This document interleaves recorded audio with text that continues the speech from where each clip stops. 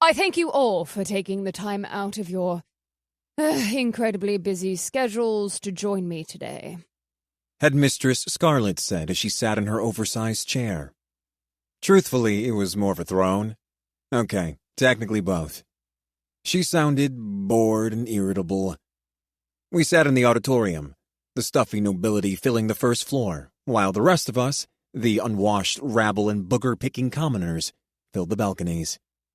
Now, before we begin today's lessons, I want to address a rumor that's been trickling its way through the Academy. You know the one, where a certain group was responsible for this incoming beast wave. Scarlet rubbed her neck, tucked a loose strand of hair behind her ear, and exhaled forcefully. Then she pulled her large, wide-brimmed hat off her head and tossed it into the air. I watched as it floated around her in large circles.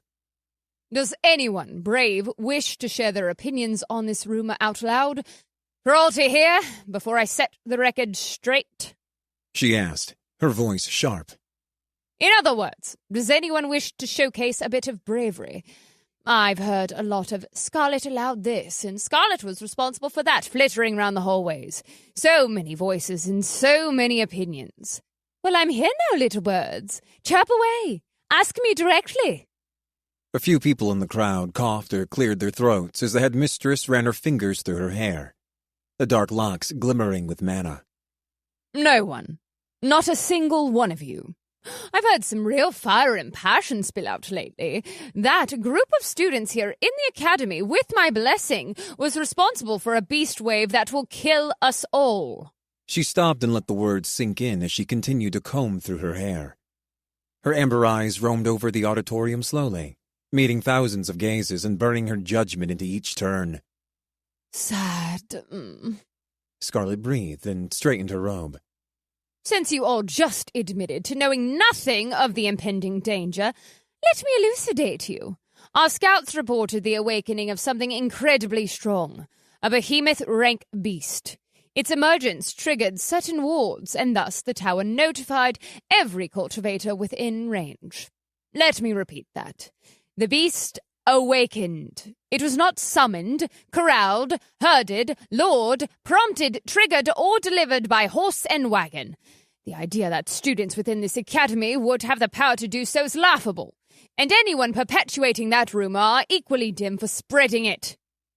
Scarlet cleared her throat and sat. In the silence that followed, Selena pushed out of her chair and took over. The headmistress is correct. We are dealing with what is known as an earth tortoise, and a kingly one at that. A massive, incredibly old, and quite powerful beast.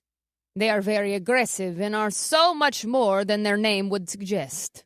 Selena watched the crowd, then quietly stroked the fur collar on her rather elegant dress. Honestly, this year has only just begun, but many of you act as if you are the teachers already, that you know all and have attained all the power you will ever need. I hate to be the one to, how do they say it, rain on your parade? Yes, that is it. But you're all specks of dust in this world. Yes, you may well become powerful, but your voices should not exceed your reach. Scarlet and the other professors are here to teach you, to help you realize your potential, not babysit you and fact-check your baseless idle gossip. Chloe tensed next to me, the movement a reminder that I wasn't alone. Not by far. I was seated in a massive room, surrounded by thousands of other students, and yet the two women had made me feel alone, isolated.